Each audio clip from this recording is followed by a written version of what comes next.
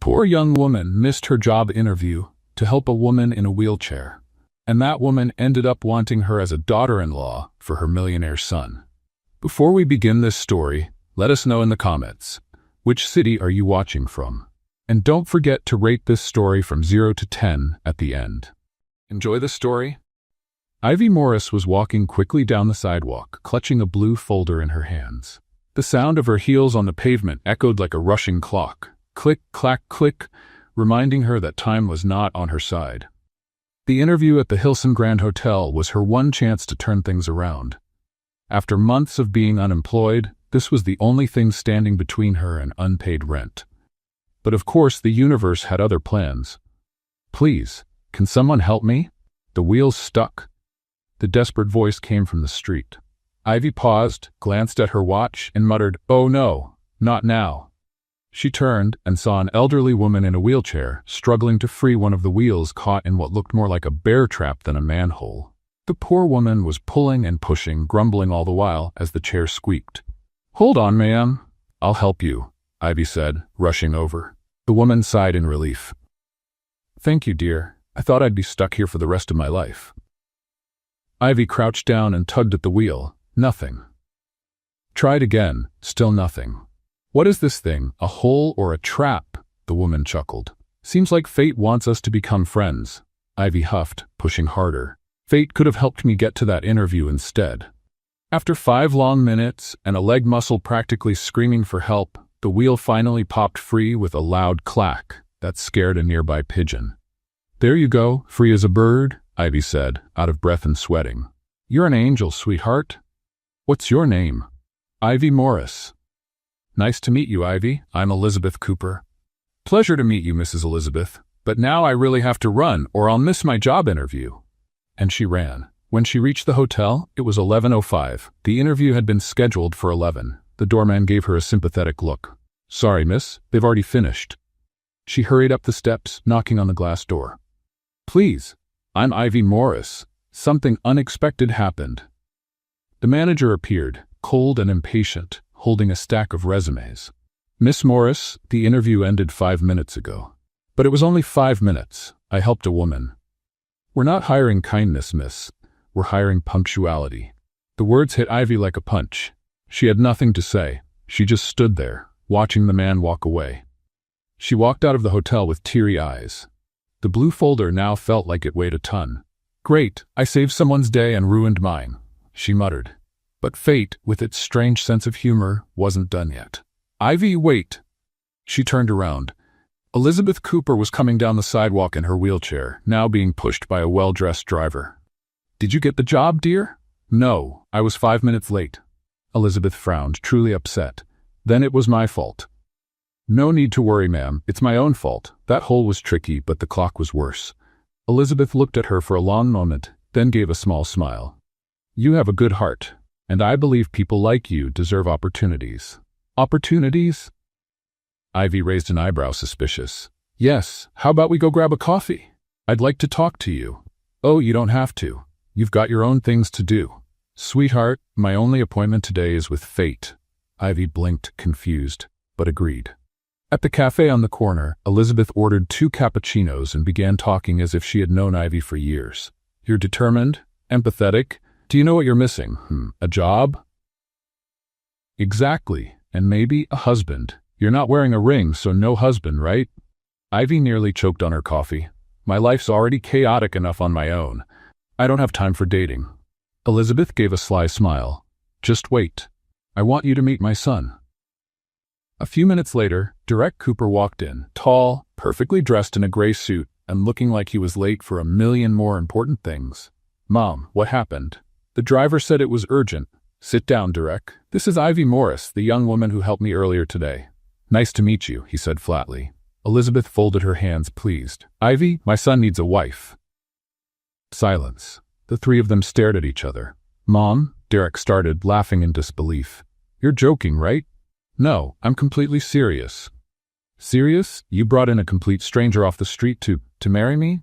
Ivy raised her hands. "Oh no, wait a second. I just pulled a wheelchair out of a pothole. I'm not trying to marry anyone because of that." Elizabeth, calm and steady, replied, You help me without expecting anything in return. That says a lot about your character, and that's exactly what Derek needs, someone to remind him what it means to be human. Derek sighed, stunned. Mom, come on, I have a reputation, a company, a life. And you could lose all of it if you don't agree. His eyes widened. What did you just say? Exactly what you heard.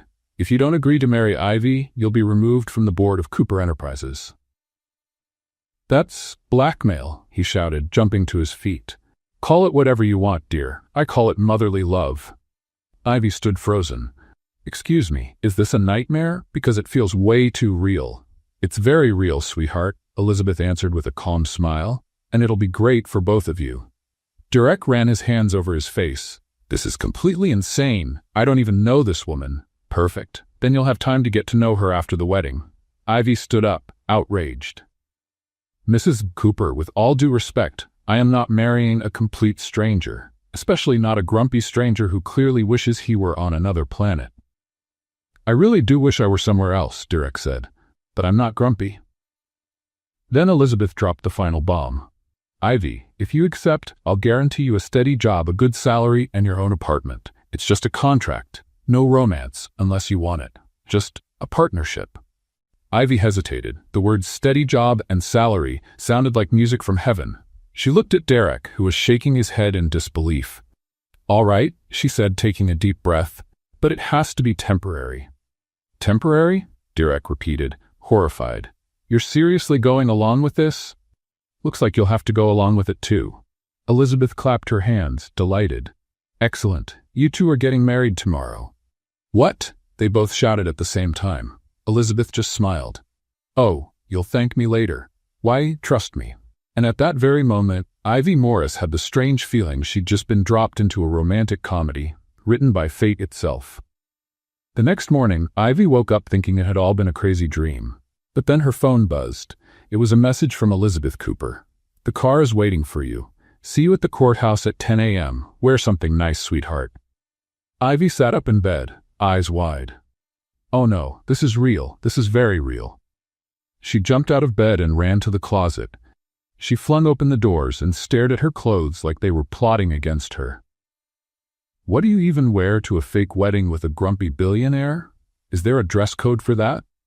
After 15 minutes of panic, she chose a simple beige dress, the only thing remotely presentable. Outside, a driver in a suit was waiting beside a black limousine.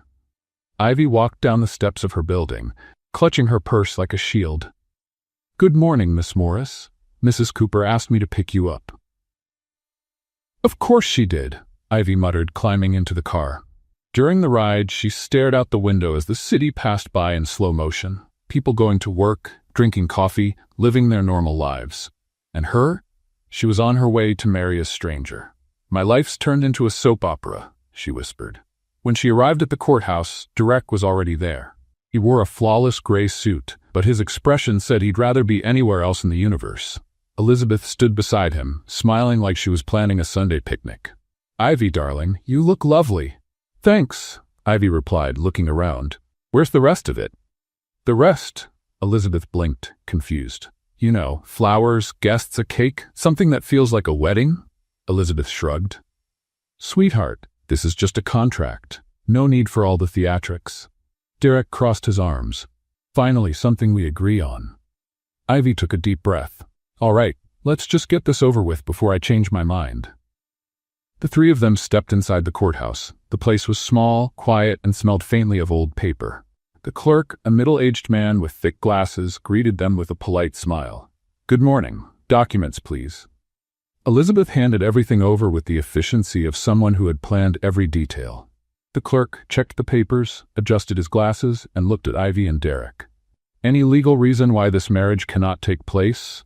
Ivy opened her mouth to speak, but Elizabeth jumped in.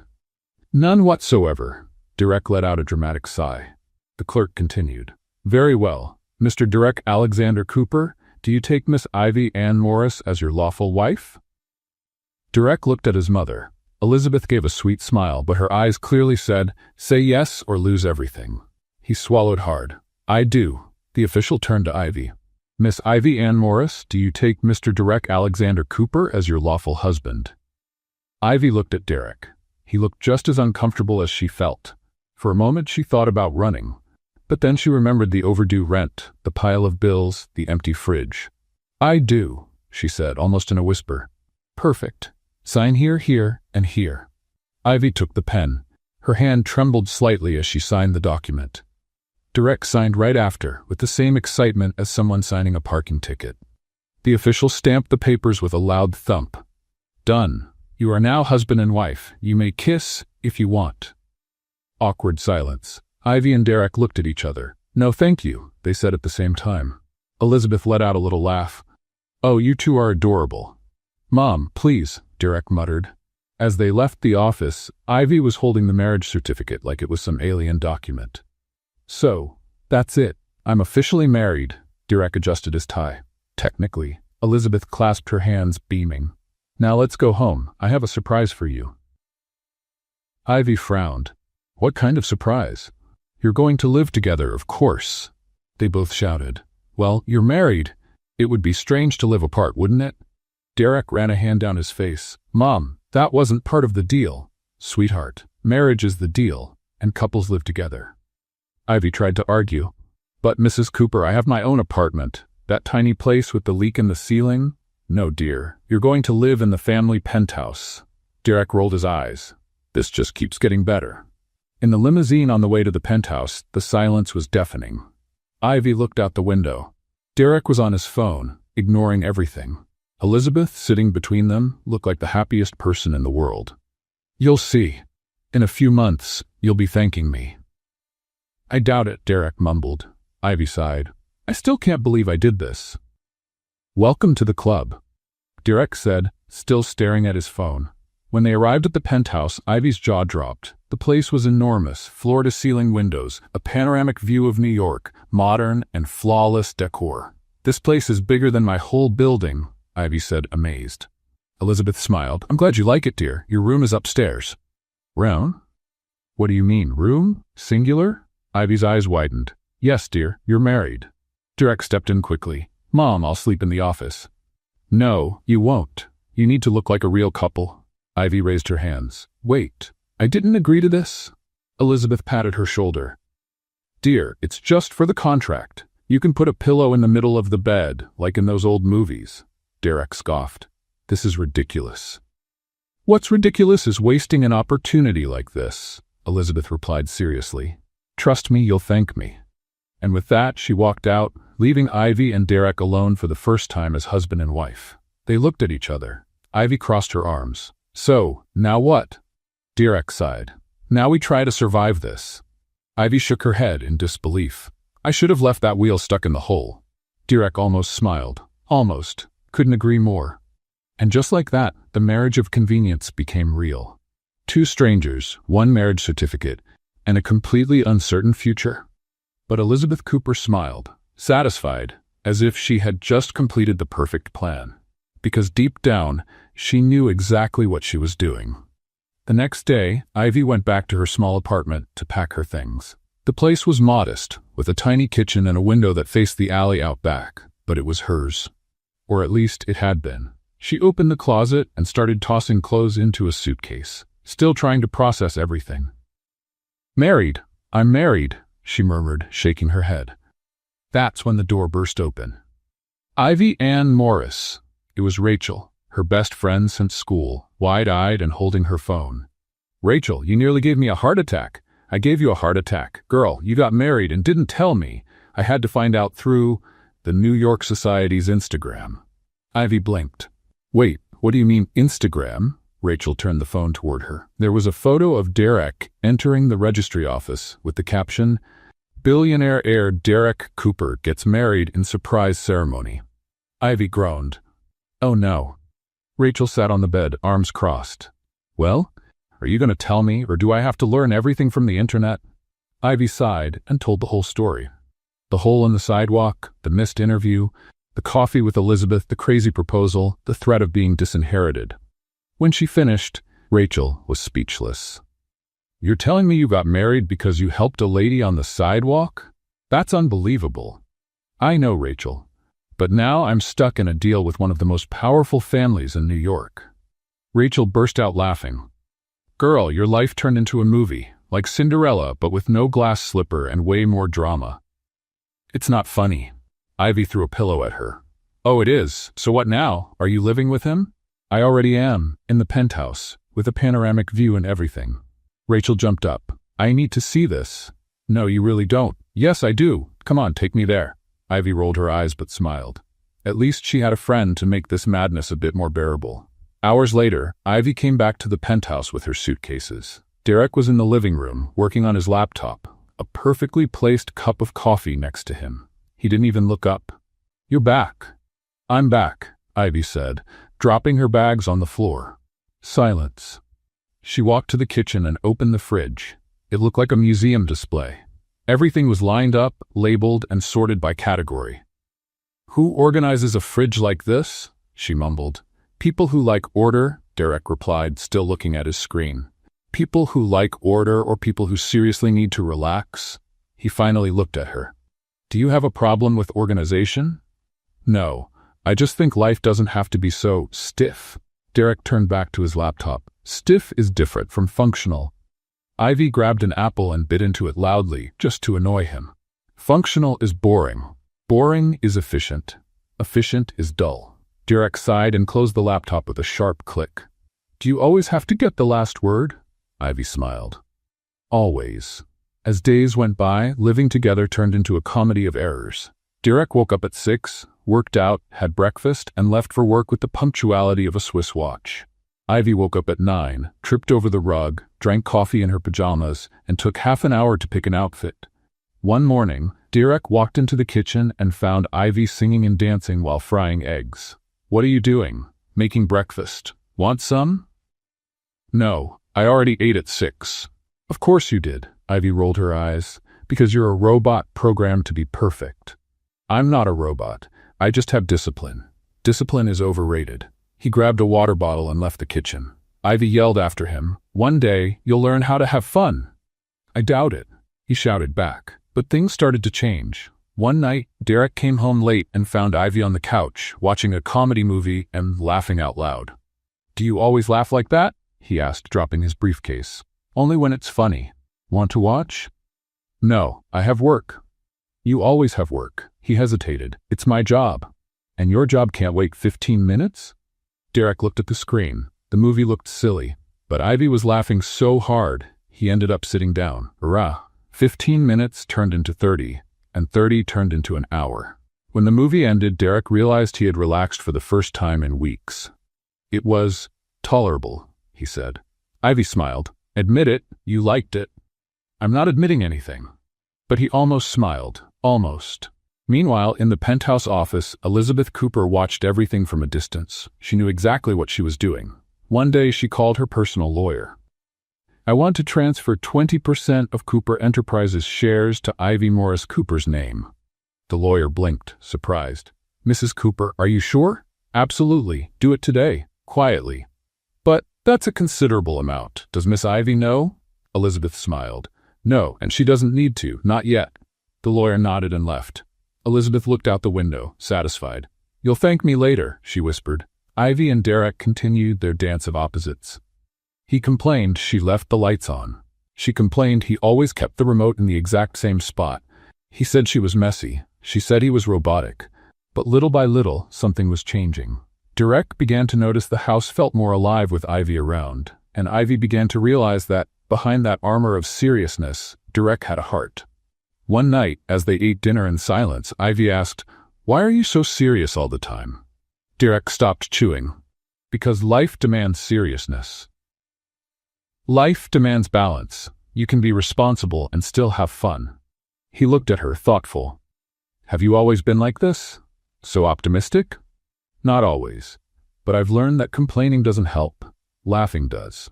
Derek stayed quiet. And for the first time, he started to think maybe she was right. Without realizing it, they both began to learn something important from each other. Derek learned that life didn't have to be perfect to be good. And Ivy learned that discipline wasn't a cage, it was freedom. Behind the scenes, Elizabeth Cooper watched everything, pleased. Her plan was going better than she expected, and without anyone knowing, she had already set the stage for something that would change everything. A few days later, Ivy started working at the Cooper Group's hotel. The Hilson Grand Hotel was grand and elegant, with crystal chandeliers, red carpets, and perfectly uniformed staff. Ivy walked through the main lobby, clutching her bag tightly. "Breathe, Ivy. You've got this," she whispered to herself. At the front desk, a middle-aged woman wearing glasses greeted her with a warm smile. "You must be Ivy Morris. Welcome. I'm Grace, the administrative supervisor." Grace had gray hair pulled into a loose bun and a motherly way that immediately made Ivy feel comfortable. "Nice to meet you, Grace." "The pleasure's mine, dear. Come on, I'll show you around." As they walked through the hallways, Grace explained, "This is the event hall. That's the main kitchen. And over there? Well, that's where Brittany usually is." Ivy stopped. "Brittany? Brittany Jones?" Grace made a face. "Oh, you know her?" "Unfortunately." "Then you already know what you're in for," Grace sighed. "She got promoted to manager a few weeks ago, and ever since then, she acts like she owns the place." Ivy swallowed hard. Brittany Jones had worked with her years ago at another hotel. They never got along. Brittany had always been jealous of anything Ivy achieved, and now she was here. As the manager. "Great. Just great," Ivy muttered. It didn't take long for them to cross paths. Ivy was organizing some files in the meeting room when the door burst open. Well, look who's here." It was Brittany. Tall, blonde, with a fake smile and eyes sharp as knives. "Hi, Brittany," Ivy said, trying to stay calm. "I heard you married into the Cooper family. How convenient." Ivy took a deep breath. "That's none of your business." "Oh, but it is, because now you work here, in my hotel. Technically, it's part of the Cooper Group." Brittany stepped closer, crossing her arms. "I don't care who you married, Ivy. In here you report to me. Got it?" Ivy held her gaze. "Got it." Brittany smiled smugly and left, slamming the door. Grace came in right after, shaking her head. "Was she always like that?" "Worse," Ivy replied. "Much worse." But Brittany wasn't alone in her mission to make Ivy miserable. The next day, while Ivy was having coffee in the break room, a man walked in. He was tall, dark-haired, and had an arrogant smile. "You're the new one, right, Ivy?" "Yes. And you are?" Mark Evans. I'm in the events department." The name sounded familiar. Then Ivy remembered. "Mark Evans, aren't you Rachel's ex-boyfriend?" His smile faded. "Yeah, and you're her best friend, the one who always took her side, even when she was wrong." Ivy narrowed her eyes. "She wasn't wrong. You were just a terrible boyfriend." Mark stepped closer, irritated. "Watch what you say." "Or what? You'll tell the manager on me?" He gave her a sideways smirk. "Dangerous. I won't need to say a word. I'll just make sure your time here is unpleasant," and walked out. Grace, who had overheard everything from the doorway, walked in, shaking her head. "Oh boy. 2 enemies on your first day. That might be a record." Ivy sighed. "I just wanted to work in peace." "Sweetheart, nobody works in peace around here. But don't worry, you've got some friends too." Grace winked and offered her a cookie. Ivy smiled. At least she had one ally. In the days that followed, Brittany and Mark began plotting. They spread rumors in the hallways, stirred up drama, tried to sabotage Ivy's work.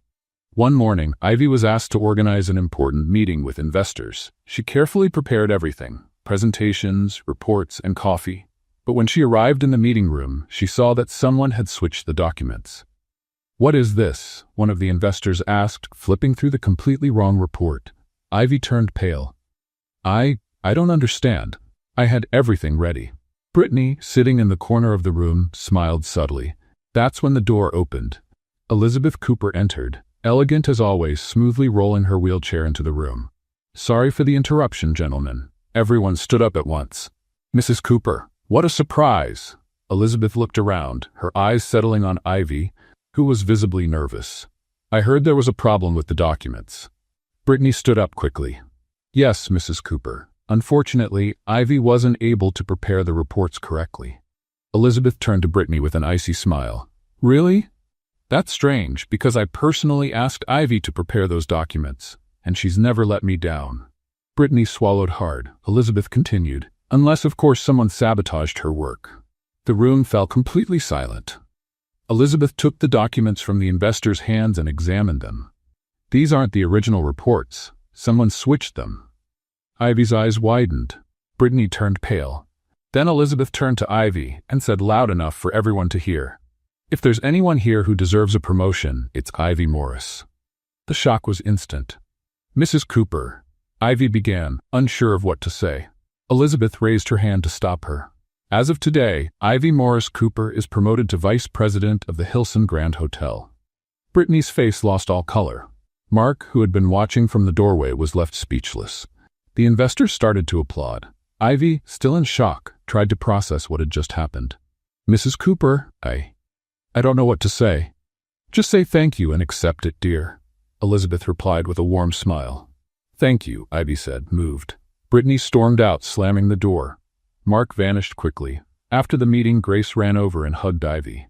"Vice President, oh my goodness, you just rose faster than an elevator." Ivy laughed, still dizzy from it all. "I can't believe it." "Believe it, and now Brittany will have to swallow all that arrogance." Ivy looked around. The other staff members were greeting her with respect. For the first time, she didn't feel like just the girl who married a billionaire. She was someone who had earned respect, and that bothered a lot of people. That night, when Ivy got home, Derek was on the couch reading reports. "I heard you got promoted," he said without looking up. "Did your mother tell you?" "Everyone told me." Ivy sat next to him. "Do you think she did it just because I'm your wife?" Derek finally looked at her. "No, she did it because you deserve it." Ivy blinked, surprised. "Really?" He almost smiled. "My mom is a lot of things, but she's never unfair." Ivy smiled too. And for the first time since it all began, she felt that maybe this crazy marriage had brought something good after all. At least at work, she had finally earned the respect she always deserved. In the weeks that followed, Ivy threw herself into her work. As vice president, she now had responsibilities that once seemed impossible. But to everyone's surprise, and her own, she was doing very well. Grace, her loyal friend, never missed a chance to joke. "Who would have thought, huh? The girl who pulled a wheel out of a hole now runs half the hotel." Ivy laughed as she organized papers in her new office. "I'm not running anything, Grace." "Sweetie, you're the vice president. Even the coffee listens to your orders." "Coffee listens to no one. It only exists to save us." Grace burst out laughing. "I liked you from day one." Ivy smiled. Having Grace around made everything easier. But not everything was smooth. Brittany still gave her dirty looks in the hallway. Mark avoided Ivy like she had the flu, and the whispers continued. She only got that job because of her husband. Must be nice having a powerful mother-in-law. Ivy heard it all, but didn't reply. She knew words wouldn't change minds, only actions would. And her chance to prove herself came sooner than expected. The hotel was organizing a major corporate event.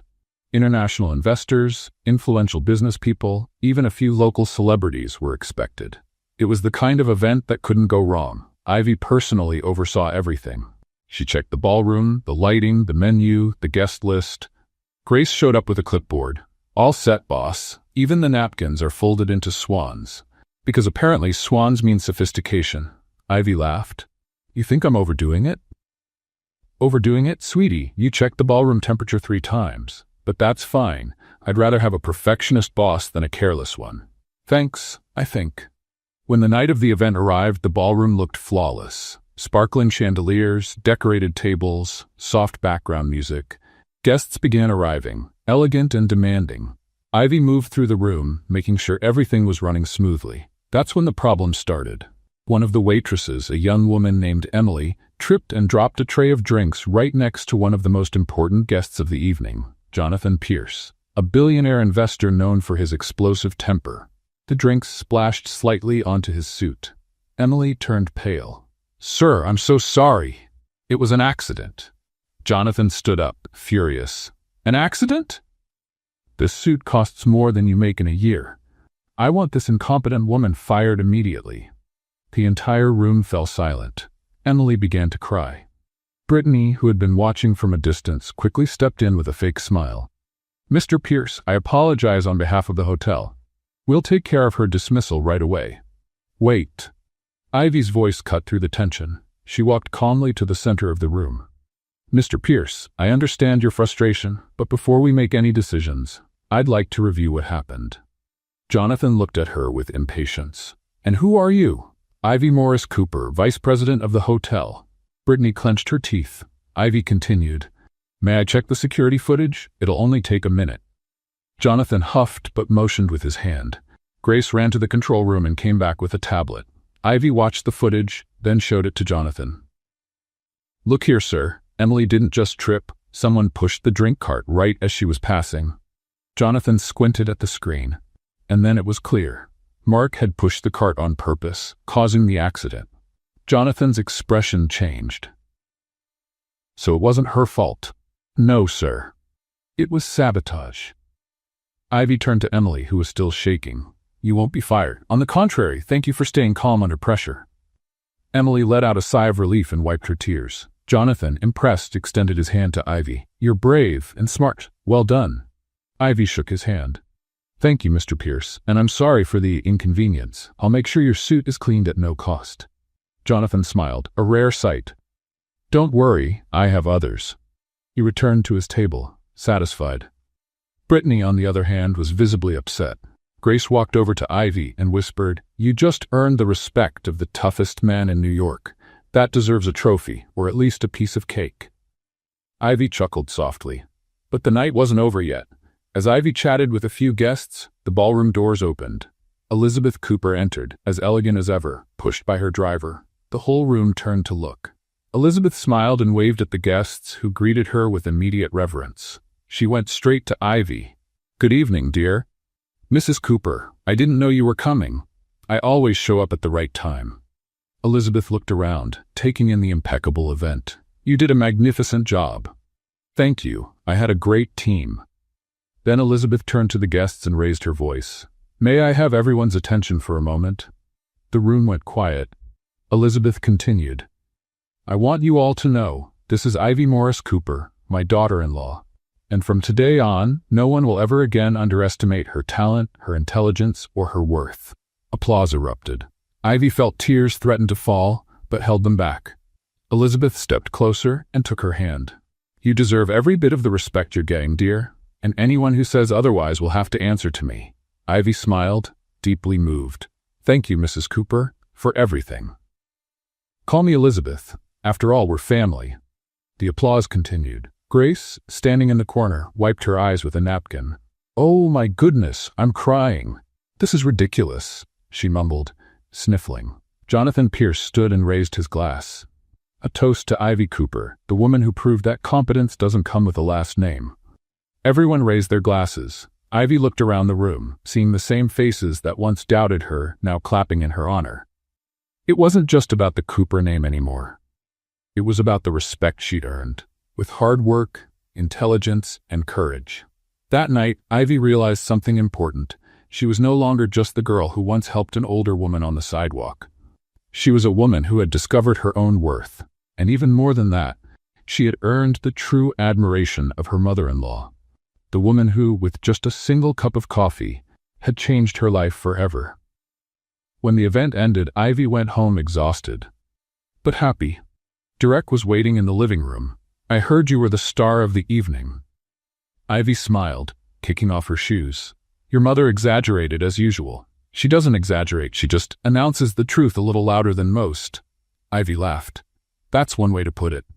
Derek looked at her, and for the first time there was something different in his eyes. Respect, admiration, and maybe something more. You're doing a great job, Ivy. Really. Thank you. They stayed quiet for a moment, and something in the air shifted, but neither of them said a word.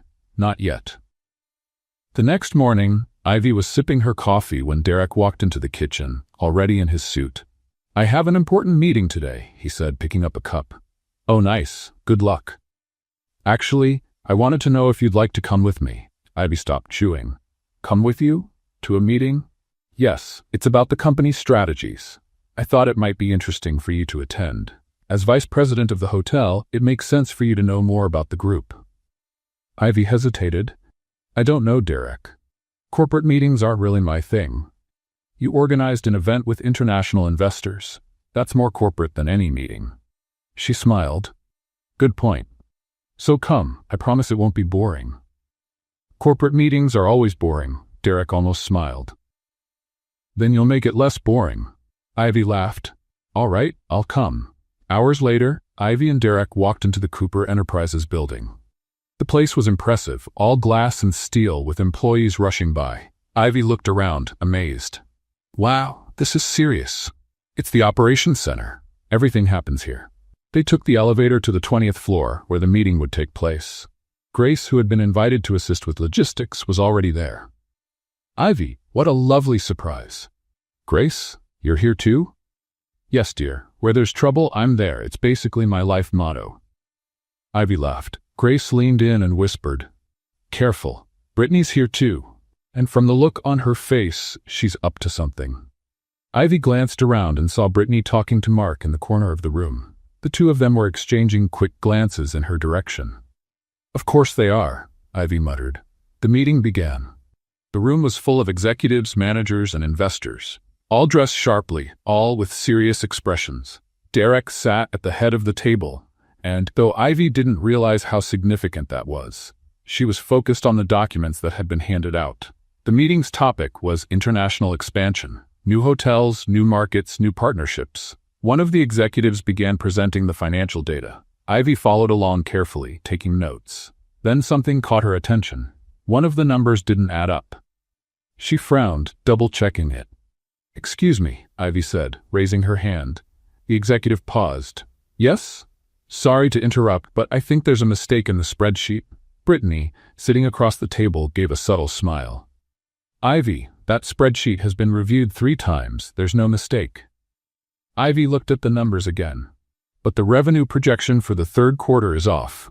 The calculation doesn't reflect the updated exchange rate. The executive blinked, confused. Exchange rate? Yes. If we're expanding into Europe, we have to account for the euro's fluctuation. And this is using the rate from 6 months ago. Silence. The executive quickly flipped through the papers. She's right. Brittany turned pale. Derek watched Ivy with an unreadable expression. Ivy continued. And there's more. The market analysis for France is incomplete. It's missing the impact of local tourism regulations. That could directly affect the project's feasibility. One of the investors leaned forward. Do you speak French? Ivy nodded. Yes, I studied it in college. And Spanish? Because we're also considering Spain. I speak Spanish too. The investor smiled, clearly impressed. Brittany, now desperate, tried to cut in. Ivy, with all due respect, these analyses were done by experts. Ivy turned to her calmly. Then the experts made mistakes because the numbers don't match. Grace, in the corner of the room, was trying not to laugh. Mark, realizing the plan was falling apart, tried to change the subject. Maybe we should move on and review this later. Derek finally spoke. No. We'll review it now. His voice had authority. The room fell completely silent. Ivy looked at him, surprised by his tone. Derek continued. Ivy, can you present your correction? Of course. She stood up, took a marker, and walked to the whiteboard. With clarity and precision, she read the calculations, explained the inconsistencies, and proposed adjustments. Then, to everyone's surprise, she gave a summary in 3 languages, English, French, and Spanish. The international investors were stunned. When she finished, the room was completely quiet, and then the applause started. At first slowly, then louder and louder. Ivy, feeling shy, returned to her seat. Derek was watching her with something she couldn't quite read. Pride? Admiration? Something else? The French investor stood up. Mademoiselle Cooper, you just saved this project from a financial disaster. Congratulations. Ivy smiled, still trying to take it all in. Thank you. I just did what needed to be done. Brittany looked furious. Mark was avoiding everyone's gaze. Grace, on the other hand, looked absolutely delighted. After the meeting, the investors surrounded Ivy, asking questions and praising her sharp thinking. Derek waited until everyone had left before walking over to her. You are amazing. Thanks. But why was everyone listening to you like you were? Wait. Ivy looked around. The room was empty except for the 2 of them. Derek? What exactly is your position at the company? He hesitated. I'm the president of Cooper Enterprises. Ivy's eyes widened. What? I thought you knew. How would I know? You never told me. I figured it was obvious. Obvious, Derek? You're the president of one of the biggest companies in New York and thought that was obvious? He shrugged. Didn't my mother mention it? No. Ivy ran her hands over her face in disbelief. So that meeting, you were testing me? Derek hesitated again. Not exactly testing, but yes, I wanted to see how you'd handle it. Ivy didn't know whether to laugh or get upset. And did I pass? Derek smiled. A real rare smile. You didn't pass, you nailed it. Ivy felt her face flush. So this whole thing was a setup? No. Brittany and Mark really did mess with the documents. They switched the numbers on purpose. Seriously? Seriously? And you caught it, on your own? Ivy shook her head. This family is full of surprises. Derek took a step closer. Ivy, you're brilliant. And not just because you fixed the numbers. It's because you have something most people here don't have, courage. Ivy looked at him surprised. Are you complimenting me? Just stating a fact. She smiled. That's as close to a compliment as I'll get from you, isn't it? Derek nearly laughed. Probably. They stood there for a moment just looking at each other. There was something in the air, something different. But before either of them could say anything, Grace walked into the room. Sorry to interrupt this movie moment, but the investors are waiting for you two at lunch. Ivy blinked, coming back to reality. Right, let's go. As they walked out, Grace whispered to Ivy, he was looking at you with that look. What look? The look of someone falling in love and not ready to admit it. Ivy rolled her eyes but smiled. You're imagining things, Grace. Sweetheart, I'm seeing what's obvious. You two are the ones who are blind. Ivy shook her head, but deep down part of her agreed. Walking ahead, Derek glanced back and met Ivy's eyes, and in that moment he realized she wasn't just his wife on paper. She was a brilliant, courageous, and genuine woman, and he was starting to fall for her. He just didn't know how to deal with it yet. After lunch with the investors, Derek went back to the office while Ivy returned to the hotel. The afternoon went by quickly, but Ivy couldn't stop thinking about the meeting. Derek was the president. And without knowing, she had corrected errors right in front of the company's top executives. Oh my gosh, I could have made a complete fool of myself, she muttered sitting in her room. Grace walked in with a cup of coffee. Are you talking to yourself again? I'm still processing the fact that my fake husband is the president of a billion-dollar company, and I didn't know it. Grace laughed. Sweetheart, you're married to the man. How did you not know? Because he never told me. I thought he was just some regular executive. A regular executive who lives in a penthouse and has a personal driver? Ivy paused. Okay, maybe I should have suspected something. Grace patted her on the shoulder. At least now you know. And you crushed that meeting, so it's all good. Ivy smiled. Thanks, Grace. Just as Ivy was about to leave the hotel, her phone rang. It was Derek. Hi. Hi, are you free tonight? Ivy blinked, surprised. Free? Why? I'd like to take you to dinner, to celebrate. Celebrate what? Your success in the meeting. Ivy hesitated. They had never gone out together. Not really. Derek, we don't have to. I know we don't have to, but I want to. There was something different in his voice. Softer. Ivy smiled without realizing it. Okay. What time? 8 o'clock. I'll pick you up at home. You already live at home with me. Then I'll pick you up in the living room. Ivy laughed. Deal. At 8 o'clock, Ivy was dressed in a simple light green dress and low sandals. Nothing too fancy. After all, it was just dinner. Or at least that's what she kept telling herself. Derek walked into the living room also dressed up, but without a tie. Just a blue dress shirt and dark slacks. He stopped when he saw her. You look beautiful. Ivy felt her cheeks warm. Thanks. You look presentable. He smiled slightly. Presentable? That's a compliment coming from me. Derek shook his head amused. Shall we? They went to a nice restaurant, elegant but not flashy, just warm and welcoming. The lighting was soft, there was music playing in the background, and only a few tables were taken. Ivy looked around impressed.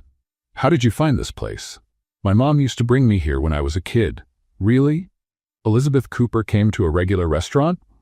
Derek laughed. She wasn't always famous, Ivy. There was a time when we were just normal. Ivy smiled. Hard to picture. They sat down and ordered dinner. The conversation started light. They talked about the hotel, the meeting, the investors. But then Derek grew serious. Ivy, I need to tell you something. She stopped eating. What is it? About today. About the meeting. You already told me you're the president. Got more surprises? Are you also the owner of the city? Derek chuckled. No. But I didn't tell you everything. Ivy frowned. Go on. Derek took a deep breath. That hotel, the Hilson Grand Hotel, that expansion project, it all belongs to my family, to Cooper Enterprises. Ivy blinked. Wait, the hotel where I work, it's yours? Technically, it's the company's. But yes. Ivy leaned back in her chair, trying to process. So, you're my boss? Technically, yes. And you knew this the whole time? Yes. Ivy shook her head in disbelief. Derek, why didn't you tell me sooner? Because I wanted to see who you really were. No pressure, no influence. Ivy crossed her arms. So it was a test? At first, yes. But later it wasn't. When did it stop being a test? Derek looked her straight in the eyes. When I realized you didn't need my last name to shine. Ivy stayed silent. There was something about his honesty that disarmed her. You know what's funny? She said at last. What? Even being the president of a billion-dollar company, the boss of hundreds of people, and practically owning New York, you still forget where you leave your house keys. Derek blinked, surprised, then laughed. A real, genuine laugh. That's true, every morning. Yesterday, you searched for 10 minutes. They were in your jacket pocket. I know. And you even asked me if I'd seen them. Derek laughed harder. You're right, I'm a disaster with keys. Ivy smiled. At least you're honest. The tension faded. The conversation flowed again. But then Derek grew serious once more. Ivy, there's something else I need to tell you. Oh my goodness, Derek, how many secrets do you have? He smiled faintly, but he was nervous. It's not a secret, it's a confession. Ivy stopped joking. Something in his voice had changed. What is it? Derek looked down at his hands, then back at her. When my mom forced me to marry you, I thought it was the worst idea ever. Ivy tried not to show that it stung a little. I thought so too. But I was wrong. She blinked. What do you mean? Derek took a deep breath. I didn't expect it, but I fell in love with you. The world seemed to pause. Ivy was completely speechless. You? What? I fell in love with you, Ivy. Truly. She opened her mouth, but no sound came out. Derek went on. At first I was angry, frustrated. I thought you were just another person trying to take advantage of my family. Derek. But then I saw you work. I saw how you treat people, how you stand up for those who can't stand up for themselves, how you laugh at the silliest things and turn hard moments into something light. Ivy felt her eyes start to water. And I realized you're not just smart or brave. You're real, and that's rare. He reached for her hand across the table. I fell for the woman who pulled a wheel out of a pothole, the woman who missed an interview to help someone, the woman who faces jealous coworkers with a smile. Ivy let out a shaky laugh. Derek, you don't have to say anything now. I just wanted you to know. But Ivy shook her head. No, I need to say something. She took a breath. When your mom made me marry you, I thought I was making the worst decision of my life. Derek gave her a soft smile. Fair enough. But you surprised me, even though you're serious, methodical, and completely obsessed with organization. Hey, you have a good heart, and I started to see that little by little. She squeezed his hand. I fell in love with you too, Derek. His eyes widened. Really? Really? Even though you're hopeless with keys. Derek laughed, moved, and for the first time since they met, they looked at each other not as strangers in a contract, but as two people who had found something unexpected. Love. Derek stood, walked around the table, and held out his hand. Care to dance? Ivy looked around. Here? In the middle of the restaurant? Why not? She laughed and took his hand. They danced slowly, swaying to the soft music. Ivy rested her head on his shoulder. Who would have thought, huh? All because of a hole in the sidewalk. Derek smiled. Best hole of my life. Ivy let out a quiet laugh. And in that moment, something changed. The marriage that had started out of duty, out of convenience, out of pressure, became something real. That night marked the beginning of true love, born out of chaos but solid as fate. When they got home, Derek stopped at the bedroom door. Good night, Ivy. Good night, Derek. They looked at each other for a long moment, and then for the first time they kissed. A soft, sincere kiss full of promise. When they pulled apart, Ivy smiled. That was unexpected? Perfect. Derek smiled too. And that night, they both went to sleep knowing their lives had changed forever. The contract was still in effect, but now what bound them wasn't paper. It was love. Ivy and Derek were no longer just a couple on paper. They were husband and wife, for real. The penthouse, once quiet and orderly, now had life. Laughter, conversations, even small debates over which movie to watch. Elizabeth watched it all from a distance, pleased. Her plan had worked better than she expected. One morning, Ivy was in the kitchen making coffee when her phone rang. It was her mother. "Mom, what a surprise." "Hi, sweetheart. How are you?" "I'm great. And you too?" "We're good. Actually, your father and I were thinking of paying you a visit." Ivy nearly dropped her cup. "A visit? Here in New York?" "Yes, it's been so long since we've seen you, and we want to meet your husband properly." Ivy smiled, touched. "Of course, Mom. When are you coming?" "How about next week?" "Perfect." When Ivy hung up, Derek walked into the kitchen already dressed for work. "Who was that?" "My mom. My parents are coming to visit next week." Derek stopped mid-tie. "Your parents?" "Yes, they want to get to know you better. Are you nervous?" "Me? Nervous? Of course not." Ivy laughed. "You're nervous. I'm not." "You are. You just tied your tie 3 times." Derek looked down and realized she was right. "All right, maybe I'm a little nervous." Ivy stepped closer and adjusted his tie. "Relax. They're going to love you." "How can you be so sure?" "Because I love you, and they trust my judgment." Derek smiled and kissed her forehead. "You always know what to say." The following week, Ivy was at the train station, waiting anxiously. When her parents appeared, she ran to hug them. "Mom, Dad." Linda Morris, a warm woman with gray hair, hugged her daughter tightly. "My girl, you look so beautiful." "Thanks, Mom." Thomas Morris, a kind-faced man with calloused hands, hugged her too. "We've missed you, sweetheart." "I missed you too, so much." Derek stood a few steps behind, watching. Ivy called to him. "Come on, Derek. I want you to meet my husband." Derek stepped forward and held out his hand. "Nice to meet you, Mr. Morris, Mrs. Morris." Thomas shook his hand firmly with a measuring look. "Nice to meet you, son. So, you're the man who married my daughter." "I am, sir, and I promise to take good care of her." Linda smiled, squeezing Derek's arm. "I'm sure you do, dear. Ivy spoke very highly of you on the phone." Ivy blushed. "Mom." "What? It's true." Derek smiled, clearly pleased. On the way to the penthouse, Linda kept talking. "New York is so big and loud, but beautiful, very beautiful." Thomas stared out the window, amazed. When they arrived at the penthouse, both were stunned. "My goodness," Linda murmured. "Ivy, you live here?" Thomas asked, in disbelief. "I do, Dad. It's Derek's place. I mean our place." Linda walked over to the window and looked out at the New York skyline. "This place is bigger than our whole town." Ivy laughed. "I thought the same thing at first." Thomas stepped closer to Derek. "You must work hard to afford all this, son." "I do, sir, but Ivy works hard too. She's the vice president of the hotel." Thomas blinked, surprised. "Vice president?" Ivy nodded proudly. "Yes, I managed to stand out." Linda hugged her daughter again.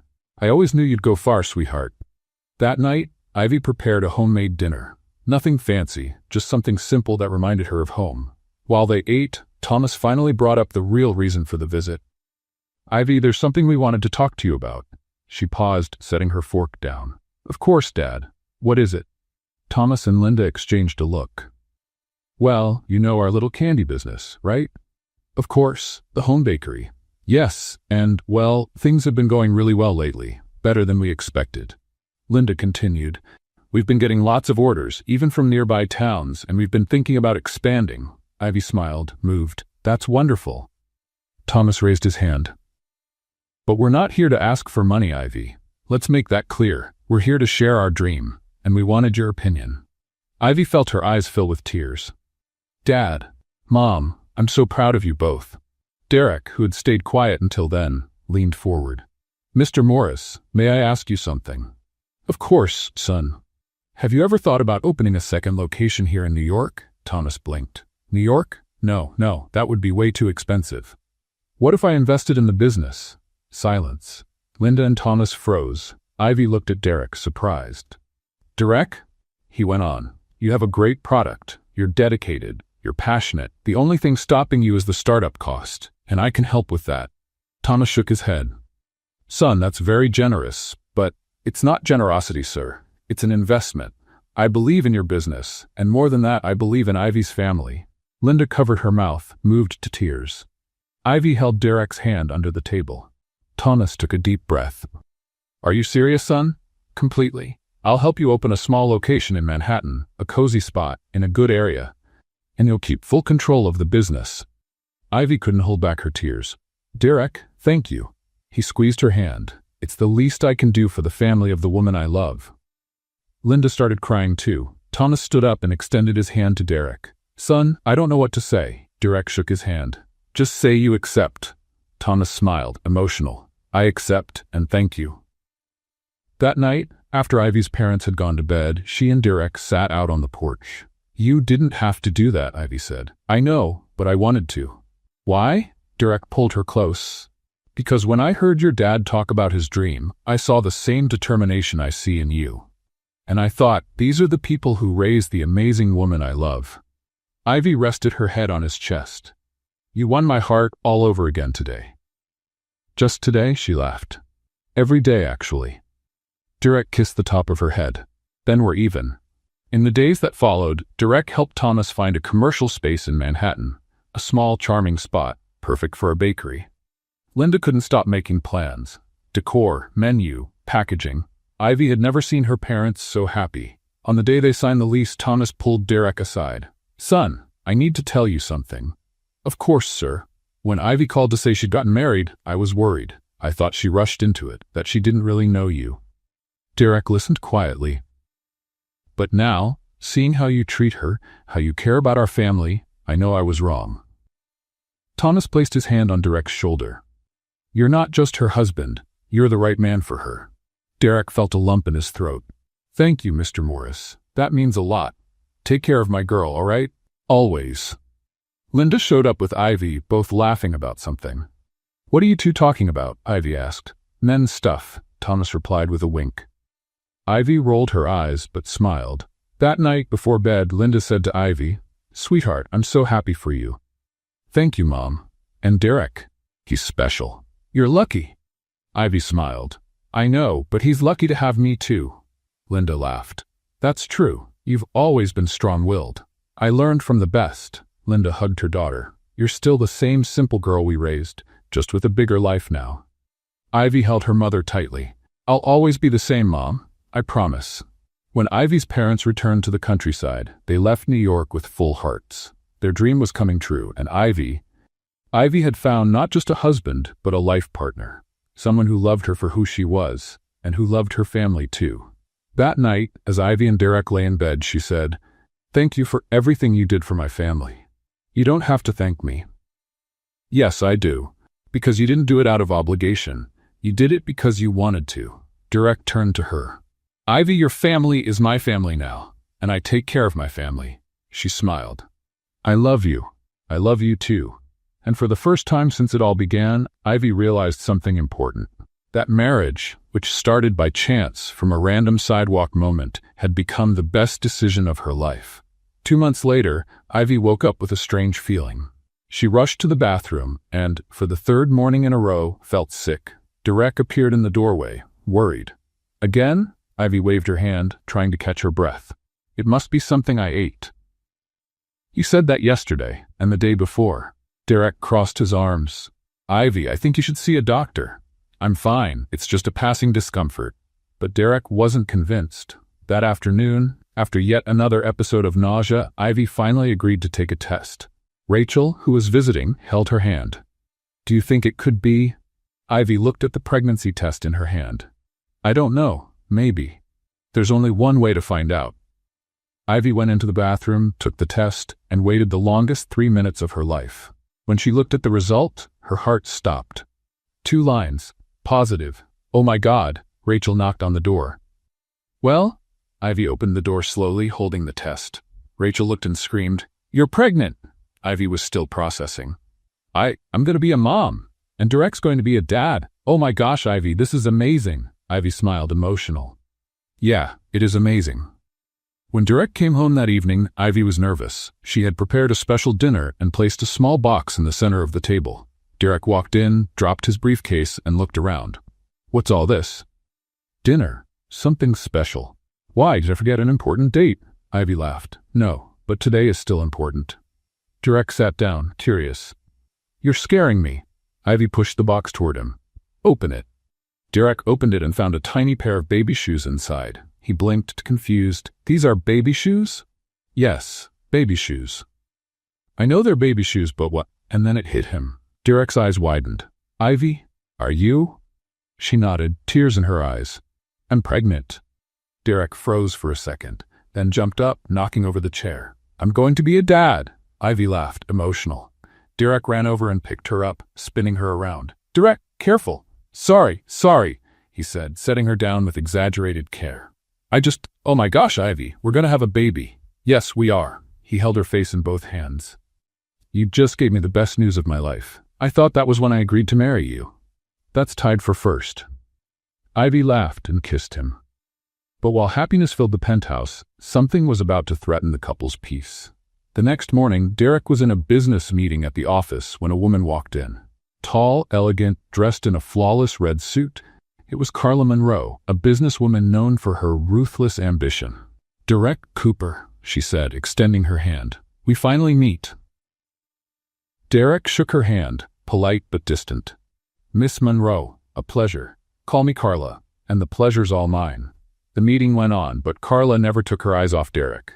She asked questions, laughed at his answers, and was clearly trying to impress him. After the meeting, she approached him in the hallway. "Derek, I loved Cooper Enterprises' proposal. I think our companies could gain a lot together." "I'm glad you liked it." Carla stepped closer. "You know, I heard you're single." Derek frowned. "No, I'm married." Carla blinked, surprised. "Married? That's not mentioned anywhere in the media, because my personal life is private." "I see, but what if I told you we could build an empire together? Combine our fortunes, our influence." Derek took a step back. "Miss Monroe, I'm married, and happy. I'm not interested in anything that isn't professional." Carla smiled, but her eyes were cold. "I understand. Well, the offer stands, in case you change your mind." Derek just nodded and walked away. When he got home, Ivy was on the couch reading a book about pregnancy. "How was your day?" she asked. "Interesting. I met a businesswoman who clearly doesn't understand the word no." Ivy raised an eyebrow. "What kind of businesswoman?" "Carla Monroe. She proposed a partnership and hinted at something more." Ivy closed the book. "Something more?" "Yes, but I made it clear that I'm married and happy." Ivy smiled. "Good to know." Derek sat beside her and placed his hand on her belly. "How's our baby doing?" "Probably the size of a raisin." "A very important raisin," Ivy laughed. But the peace didn't last long. In the days that followed, Carla started showing up at events, meetings, even the hotel. She always found an excuse to talk to Derek. "What a coincidence seeing you here. We need to go over that proposal. Do you have a minute?" Derek remained polite but firm. Until one day, Carla went too far. During a gala event, she approached Derek with 2 glasses of champagne. "A drink?" "No, thanks. I'm driving." Carla smiled. "Derek, why do you keep avoiding me? We could be amazing together." "Miss Monroe, I've already made it clear." "You made it clear that you're married, but marriages end, especially ones of convenience." Derek tensed. "How do you know about this?" "I have my sources, and I know your marriage started as an agreement, but I'm offering something real: power, influence, an empire." Derek stepped forward, serious. "My marriage may have started as an arrangement, but it turned into something real, and I love my wife. So, with all due respect, I'm not interested in your offer." Carla was about to respond when a familiar voice cut through the air. "Carla Monroe." It was Elizabeth Cooper, arriving in her wheelchair with a graceful but dangerous smile. "Mrs. Cooper," Carla said, forcing a smile. "What a surprise." "The surprise is that you're still here after being told no." The room went quiet. Elizabeth continued. "My daughter-in-law is the only woman worthy of this name, and anyone who messes with her will find out what a mother-in-law's power really looks like." Carla turned pale. "I didn't mean to offend." "You did, and now you're going to leave." Politely. Carla looked around. Everyone was watching. With no choice, she left. Derek walked up to Elizabeth. "Thank you, Mom." Elizabeth smiled. "I protect my family, always." When Derek told Ivy everything, she couldn't stop laughing. "Your mom is amazing. She's terrifying. Terrifyingly amazing." Derek hugged Ivy. Carla figured out she's up against a united family and a woman who can't be taken down. Ivy rested her head on his chest. "That's because she hasn't seen an angry pregnant woman yet." Derek laughed. "Heaven help me." Ivy smiled. "Good to know you've got my back." "Always." In the following days, Carla made one last attempt. She sent flowers, messages, invitations, but Derek ignored it all. Eventually, she gave up and returned to her city. Grace, who had been watching everything from the hotel, said to Ivy, "That woman really thought she could steal your husband?" Ivy shrugged. "She might have tried, but Derek's mine. And with a baby on the way, she didn't stand a chance." Ivy smiled, placing a hand on her belly. "Not even close." Grace laughed. "You're glowing, you know that?" "I'm happy. And you deserve it, after everything you've been through." Ivy looked out the hotel window, watching the city outside. Months ago, she was just an unemployed girl who helped a lady stuck in a pothole. Now she was a vice president, a wife, and soon a mother. Life had completely changed, all because she chose to help. That night, as Derek and Ivy had dinner, he said, "You know what I realized?" "What?" "That hole in the sidewalk changed everything." Ivy smiled. "It's true. If I hadn't stopped, we wouldn't have met, we wouldn't be here, and we wouldn't be expecting our baby." Ivy held his hand. "So I thank that hole every single day." Derek laughed. "Me too." And in that moment they both knew, no matter who tried to get in the way, they were a family, and nothing could change that. The next morning, Ivy was at the hotel reviewing some documents when Grace came running in. "Did you see the news?" Ivy looked up. "What news?" Grace turned her phone toward her. On the screen, a headline read, "Henry Cooper returns to New York after 5 years." Ivy frowned. "Derek's father?" "Exactly, and from what I'm reading, he's not happy about his son's marriage." Ivy felt a chill. "What do you mean?" Grace read aloud. "Close sources say Henry Cooper disapproves of the marriage and intends to reverse the situation." Ivy dropped her pen. "Reverse it? How?" "I don't know, honey, but if I were you, I'd keep an eye out." Ivy grabbed her phone and called Derek. He answered on the third ring. "Hey, love." "Derek, did you see the news about your father?" Silence. "I did." "Why didn't you tell me?" "Because I didn't want to worry you, especially now that you're pregnant." Ivy sighed. "Derek, we're a couple. You can't protect me from everything." "I know, I'm sorry, but my father, he's complicated." "Complicated how?" "Ambitious. Cold. He only cares about business and power. When my mother proposed our marriage, he was against it, but she owns more shares than he does, so he couldn't stop it. And now? Now he's back, and he'll probably try to stir up trouble." Ivy tightened her grip on the phone. "We'll face it together." Derek smiled on the other end. Together. 2 days later, Henry Cooper called for an emergency meeting at Cooper Enterprises. All the executives, shareholders, and even the press were invited. Ivy was nervous. "Why the press?" Derek adjusted his tie tense. "Because my father loves putting on a show." Elizabeth, standing calmly beside them, said, "Don't worry, dear. Your father-in-law is all theatrics, but I know the script." Ivy gave a small smile, but her nerves were still there. The event hall was packed. Cameras, reporters, and executives in sharp suits. Henry Cooper stood on stage imposing. He was tall, with gray hair and a piercing gaze. When he saw Derek, Ivy, and Elizabeth walk in, he smiled, but it was a cold smile. "My son." "Elizabeth." "And Ivy, is that right?" Ivy extended her hand. "Nice to meet you, Mr. Cooper." Henry shook her hand, but there was disdain in his eyes. "The pleasure is mine." Derek tensed up. The meeting began. Henry spoke about the company, about expansion, about the future. But then he got to the main topic. "As you all know, my son Derek is the president of Cooper Enterprises. And as such, his personal decisions directly affect the company." The room went quiet. Henry continued. "Recently, Derek got married. To a woman. Ordinary.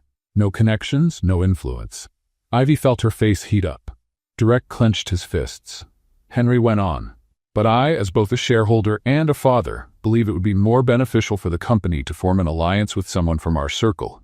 Like, for example, Carla Monroe." Murmurs broke out across the room. Ivy looked at Derek, stunned. "Is he serious?" Derek stood up. "Dad, this is ridiculous." Henry smiled. "What's ridiculous is choosing emotions over business." Derek walked up to the stage and took the microphone. "With all due respect, Dad, the only woman I love and the one I'm married to is Ivy Morris Cooper." The room fell completely silent. Derek continued. "I'm not getting a divorce. I'm not marrying Carla Monroe. And if that bothers you, you'll just have to accept it." Ivy felt her eyes fill with tears. Henry was visibly upset. "Derek, you're making a mistake." "No, the only mistake would be walking away from the woman I love." Applause began to rise in the room. But before Henry could respond, Elizabeth stood up. She made her way to the stage, pushing her wheelchair with purpose. "Henry, dear." Henry turned to her. "Elizabeth, stay out of this." She smiled. "Since you love alliances so much, here's mine." Elizabeth opened her purse and took out an envelope. "Our divorce." The audience gasped. Henry's eyes widened. "What?" Elizabeth opened the envelope and pulled out the papers. "I signed them this morning. Just needs your signature. But don't worry, everything's already with the lawyers." Henry turned pale. "Elizabeth, you can't." "I can, and I already did." Then she turned to the crowd. "And one more thing." The room fell into complete silence. Elizabeth continued. "As of today, all my shares in Cooper Group are transferred to Ivy Morris Cooper." The announcement hit like a bomb. Ivy was frozen. "What?" Derek looked at his mother, stunned. "Mom?" Elizabeth smiled at Ivy. "You deserve it, dear, for everything you've done, for who you are." Ivy couldn't hold back the tears. The audience erupted in applause. Henry was furious, but there was nothing he could do. He left the stage, slamming the door behind him. Ivy walked up and hugged Elizabeth. "Thank you," she whispered. "You're my daughter now, and I take care of my family." Derek joined them, wrapping his arms around both. And in that moment, the entire room gave them a standing ovation. After the event, Ivy was still in shock. I own part of the company?" Elizabeth smiled. "Yes, dear. 20% of the shares are in there, but why?" "Because you showed you're not here for money. You're here for love, and that's rare." Ivy hugged Elizabeth again. "You changed my life. You changed mine too, dear." Derek watched them both, proud. When they got home, Ivy was still trying to take it all in. "I'm a shareholder. Me, the girl who missed an interview to help an old lady."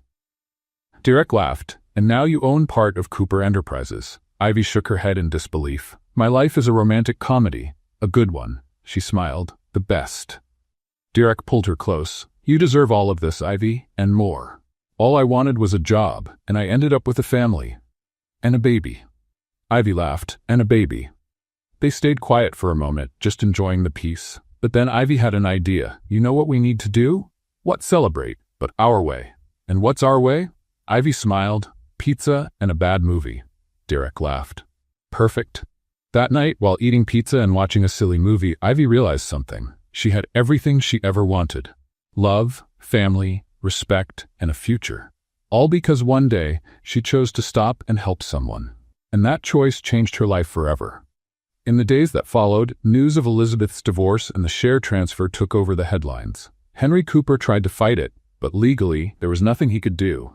Elizabeth had been smart. Everything was documented, signed, and filed. At the hotel, Grace couldn't stop laughing. "Your mother-in-law is a legend. Divorcing him in public? That's pure cinema." Ivy smiled. "She's amazing. And you too, dear, owner of 20% of Cooper Enterprises. Who would have thought?" Ivy shook her head. "I still can't believe it."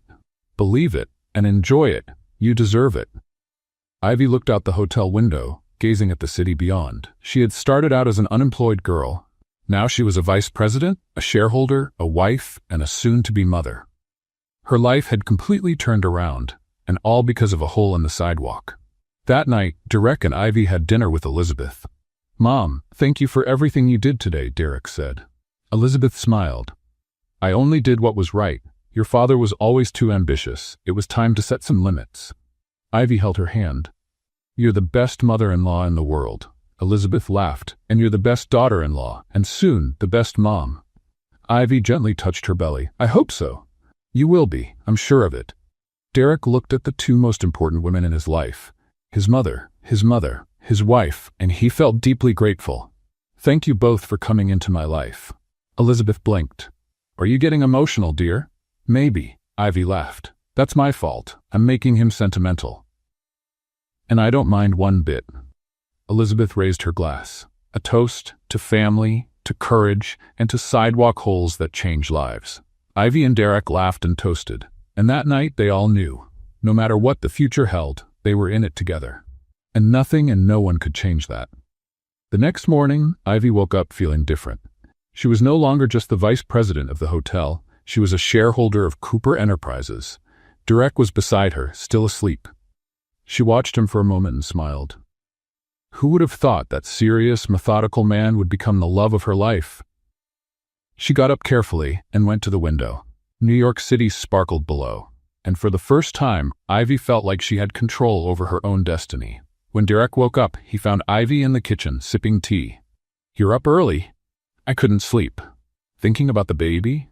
Ivy smiled. "Thinking about everything. The baby, the company, Brittany and Mark." Derek frowned. "What about them?" "They're still working at the hotel, and after everything they did." Derek sat beside her. "You want to fire them?" "I want to settle this, once and for all." Derek held her hand. "Then do it. You have the power now." Ivy took a deep breath. "I'll call a meeting."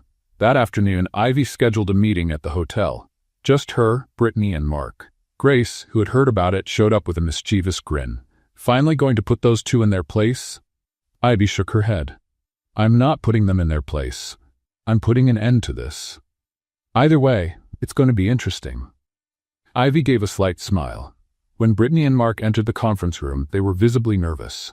Brittany tried to keep her usual poise, but her eyes betrayed her fear. Mark looked pale. Ivy sat at the head of the table, calm and composed. "Have a seat." They obeyed. Brittany was the first to speak. "Ivy, if this is about—" "Let me speak first." Brittany closed her mouth. Ivy continued. "Do you know why you're here?" Mark swallowed hard. "We do." "Then I'll be direct. You tried to sabotage me. You spread rumors, you altered documents, you did everything you could to bring me down." Brittany lowered her eyes. "Ivy, I'm not finished yet." Silence. Ivy went on. "For months you made me question my worth. You made me feel like I didn't belong here." Mark looked like he wanted to disappear. Ivy took a breath. "But do you know what I realized?" They looked at her. "That you didn't do all that because I was unqualified. You did it because you were afraid." Brittany blinked, surprised. "Afraid?" "Yes, afraid I'd prove I was capable, afraid of losing control, afraid of being overshadowed." Brittany opened her mouth but said nothing. Mark finally spoke. "You're right." Ivy looked at him. "I am?" Mark nodded. "I was angry. Angry that Rachel broke up with me, and I took it out on you." Brittany hesitated, then admitted, "I've always been jealous of you, Ivy, since we first worked together. Everyone liked you, and I never had that." Ivy stayed silent for a moment, then she took a deep breath. "You both wronged me, a lot, but I don't want revenge." Brittany and Mark looked at her, confused. "You don't?" "No. I want you to learn from this, to use it as a chance to start over." Mark frowned. "Start over how?" Ivy opened a folder and pulled out 2 envelopes. "You're both fired," Brittany gasped. "Fired? Yes, but not the way you think." Ivy slid the envelopes toward them. "Inside those envelopes are letters of recommendation. I wrote them myself." Mark stared at his envelope, stunned. "Why?" "Because I believe in second chances. You made mistakes, but that doesn't define who you are forever." Brittany started crying. "Ivy, I don't deserve this. Maybe not, but I choose to forgive you anyway." Mark opened the envelope and read the letter. His eyes filled with tears. You wrote kind things about me," Ivy nodded. "I told the truth. You both have talent. You just need to use it the right way." Brittany wiped her tears. "I'm really sorry, Ivy." "I know." Mark also apologized. "I was a fool, and you didn't deserve any of it." Ivy gave a small smile. "Thank you, but now it's time for both of you to move on and become better people." The 2 of them stood up. Brittany reached out her hand. "Thank you for everything." Ivy shook her hand. "Good luck." Mark also shook Ivy's hand. "You're amazing, and I hope you find all the happiness in the world." "Thank you, Mark." Once they left, Ivy stayed in the room for a moment. She felt light, as if a huge weight had been lifted from her shoulders. The door opened and Derek walked in. "How did it go?" Ivy smiled. "It was freeing." Derek stepped closer and hugged her. "I'm proud of you." "Why?" "Because you chose forgiveness instead of revenge. That takes real strength." Ivy rested her head on his chest. "I didn't want to carry around anger. It's just not worth it." Derek kissed the top of her head. "A person's strength isn't in what they achieve, but in how they choose to forgive." Ivy smiled. "I like that quote. I borrowed it from you." Ivy laughed. "You're getting sentimental. It's your fault, you and this baby." Ivy gently touched her belly. "Best reason ever." As they left the room, Grace was waiting in the hallway. "Well, what happened?" Ivy smiled. "They were let go, but with dignity." Grace blinked. "Dignity? After everything they did?" "Yes, because holding a grudge would only hurt me." Grace shook her head, impressed. "You're better than I am, honey. I would have made a dramatic speech with background music. Ivy laughed. I thought about it, but forgiveness seemed more powerful. Grace hugged Ivy. You're an inspiration, you know that? Thank you, Grace. So what's next? Ivy looked at Derek and smiled. Now, we focus on what really matters, family. That evening, Ivy and Derek had dinner with Elizabeth. I heard you fired Brittany and Mark today, Elizabeth said. Ivy nodded. Yes, it was necessary. How did it go? Hard, but right. Elizabeth smiled. You're becoming an incredible leader, Ivy. I learned from the best. Elizabeth chuckled. Flatterer. Derek chimed in. My mother's right. You really have a gift for leadership. Ivy shrugged. I'm just doing what I think is right. Elizabeth took her hand. And that's exactly why you're perfect for this family. Ivy felt her eyes well up. Thank you for everything. Elizabeth squeezed her hand. You're my daughter now, and I'll always be here for you. Derek watched the two women, visibly moved. In the days that followed, news of Brittany and Mark's dismissal spread through the hotel. But instead of gossip, there was respect. Staff talked about how fair and generous Ivy had been. She could have humiliated them, but she chose forgiveness. That's what a real leader looks like. Grace, hearing the comments, smiled with pride. My friend is amazing, she whispered. One morning, Ivy was in her office when she got an email. It was from Brittany. Ivy, I just wanted to thank you again. I got an interview at another hotel thanks to your letter. I promised to do better. Thank you for believing in me when I didn't deserve it. Ivy smiled and replied, I'm happy for you, Brittany. Good luck in this new chapter. Shortly after, another email arrived, this time from Mark. Ivy, I was wrong about everything. You're an incredible person. Thank you for giving me a second chance. I wish you and Derek all the happiness in the world. Ivy closed her laptop, content. It was the end of jealousy, the end of scheming, the end of a cycle, and the beginning of something new. When Derek got home that evening, he found Ivy out on the balcony. Are you okay? Ivy smiled. I'm great. What are you thinking about? How much life has changed. Just a few months ago, I was unemployed, lost, with no direction. And now I'm a vice president, a shareholder, a wife, and a soon-to-be mom. Derek hugged her from behind. And the most incredible woman I know. Ivy laughed. You're exaggerating. I'm being honest. Ivy turned to face him. Thank you for everything. Thank you for teaching me how to truly live. They kissed as the city lights sparkled in the background. And in that moment, they both knew. The maturity they had gained wasn't just about business or success. It was about choosing love, choosing forgiveness, choosing kindness. And that choice marked the beginning of a new chapter, not just for the company, but for their lives. A chapter filled with peace, love, and family, and all because of a pothole that changed everything. A few months later, spring had arrived in New York. The trees were blooming, the air was fresh, and the city felt renewed. Ivy stood in front of the mirror, adjusting the white dress she had chosen for the ceremony. It wasn't fancy, it was simple, elegant, and perfect for her. Rachel appeared behind her, already dressed as a bridesmaid. You look beautiful. Ivy smiled, gently touching her now round belly. I look like a whale. Rachel laughed. A beautiful whale. Thanks, I think. Rachel adjusted Ivy's veil. Who would have thought, huh? The girl who pulled a wheel out of a hole is now renewing vows with a billionaire. Ivy rolled her eyes, smiling. You'll never let me forget that, will you? Never. It's the best story I've ever heard. Ivy looked at her reflection in the mirror. A year ago, she'd been unemployed, lost, unsure of what to do with her life. And now she had everything. Rachel, thank you for being here. Rachel held her hand. Always, my friend, always. Across town, Derek was getting ready with Elizabeth's help. He was fixing his tie for the 5th time. You're nervous, Elizabeth said, smiling. I'm not. Yes, you are. You've adjusted that tie 4 times. Derek stopped and sighed. Okay, I'm a little nervous. Why? You're already married. I know, but this time it's different. This time it's real. Elizabeth held her son's face in her hands. It was always real, sweetheart, from the moment you really saw her. Derek smiled. Thank you, Mom, for everything. I just gave a little push. You two did the rest. Derek hugged his mother. The best push of my life. The ceremony was held in the garden of a boutique hotel in Manhattan. Small, intimate, just for friends and family. When Ivy arrived, the afternoon sun bathed everything in golden light. The chairs were decorated with white and pink flowers. A small orchestra played softly in the background. Linda and Thomas Morris, Ivy's parents, were in the front row, already in tears. "Mom, the ceremony hasn't even started yet," Ivy joked as she passed by. "Doesn't matter, I'm already emotional," Linda replied, wiping her eyes. Thomas smiled proudly. "You look beautiful, sweetheart." "Thank you, Dad." Grace was there too, sitting with a few colleagues from the hotel. When she saw Ivy, she gave her a thumbs up and whispered, "Go get him, boss." Ivy laughed softly. When the music changed, everyone stood. Derek was at the altar, waiting, and when he saw Ivy walking toward him, his heart skipped a beat. She was glowing. The simple dress, the rounded belly, the shy smile. She was the most beautiful woman he had ever seen. Ivy reached the altar and whispered, "Hi." "Hi," Derek replied, smiling. The officiant began the ceremony.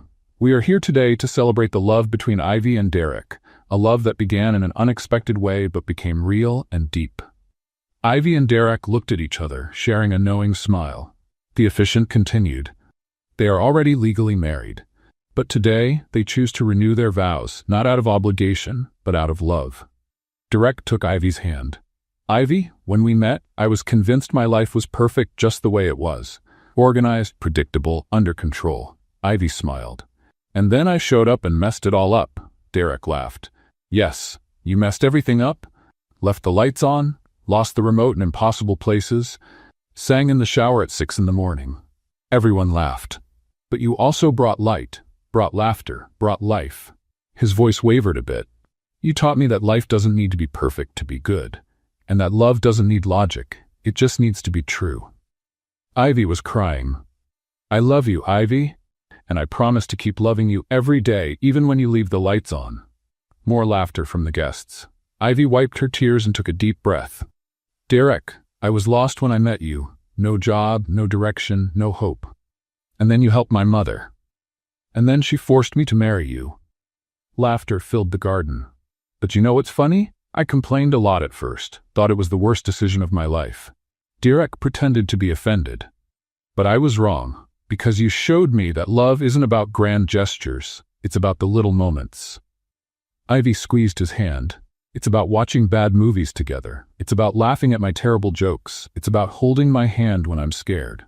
Her voice trembled. "You gave me a family. You gave me a home. You gave me a future."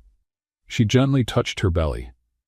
"And soon, we'll give our child the greatest gift of all, a home full of love." Derek pulled Ivy close and kissed her forehead. Elizabeth, in the front row, was crying openly. "My babies," she murmured, holding a tissue. Rachel was also crying, trying to stay composed as the bridesmaid. The officiant smiled. "Derek and Ivy, do you have rings to exchange?" Derek took a simple ring and placed it on Ivy's finger. "With this ring, I renew my promise to you." Ivy did the same. "With this ring, I promise to love you forever." The officiant raised his hands. "Then, by the power vested in me, I now pronounce you husband and wife." Again. Everyone laughed. "You may kiss the bride." Derek pulled Ivy close and kissed her, as the guests clapped and cheered with joy. When they pulled apart, Derek looked at Ivy and said, "Who would have thought? It all started because of a pothole." Ivy laughed, wiping away tears. "And look where we are now. Truly married, with a baby on the way, and a whole life ahead of us." Ivy leaned her forehead against his. The best life. The reception was simple and joyful, tables decorated with flowers, delicious food, soft music. Thomas gave an emotional toast. "To my daughter, who's always had a heart of gold, and to my son-in-law, who was wise enough to see it." Linda added, "And to the pothole that brought you two together." Everyone laughed and raised their glasses. Grace came up to Ivy. "You deserve all of this, dear." "Thank you, Grace, for everything. Now go enjoy your party, and don't forget to save me a slice of cake." Ivy laughed. "I promise." When night fell, Ivy and Derek were on the dance floor, swaying slowly. "Are you happy?" Derek asked. "More than I ever imagined." "Me too." Ivy looked around. Her family, her friends, her husband, all of it represented love, resilience, and second chances. "You know what I realized?" she said. "What?" "That life is all about choices, and I chose to stop and help your mother that day." Derek smiled, "And I'll always be grateful for that." "Me too." They danced in silence for a few more moments. Then Ivy felt something. A kick, small but unmistakable. Derek, yes, the baby kicked. Derek immediately placed his hand on her belly and felt it. Another kick, his eyes filled with tears. Our son, our daughter. You think it's a girl? Ivy smiled, I'm sure. Derek kissed her gently, and in that moment, surrounded by love and happiness, they both knew this was only the beginning of a family, the beginning of a new journey. And all thanks to one simple act of kindness, because sometimes fate just needs a little nudge, or a stuck wheelchair on the sidewalk. As the celebration went on, Elizabeth watched from a distance, smiling. Her plan had worked better than she ever imagined. She hadn't just found the perfect daughter-in-law. She had brought together two souls who were meant to meet, and now she would soon be a grandmother. Mission accomplished, she whispered, raising her glass. Ivy and Derek kept dancing, unaware of the world around them. There was only the two of them, and the love they had built together. A love born from chaos, strengthened through challenges, and made eternal through choice. The choice to love, the choice to forgive, the choice to believe. And so Ivy Morris and Derek Cooper proved that true love doesn't need a grand beginning. It only needs hearts willing to open and a pothole on the sidewalk. What did you think of Ivy and Derek's story? Leave your thoughts in the comments below. Rate this story from 0 to 10. What score would you give it? Don't forget to subscribe to the channel and turn on notifications so you never miss one of our stories. And make sure to check out more heartwarming stories by clicking right here on the final screen.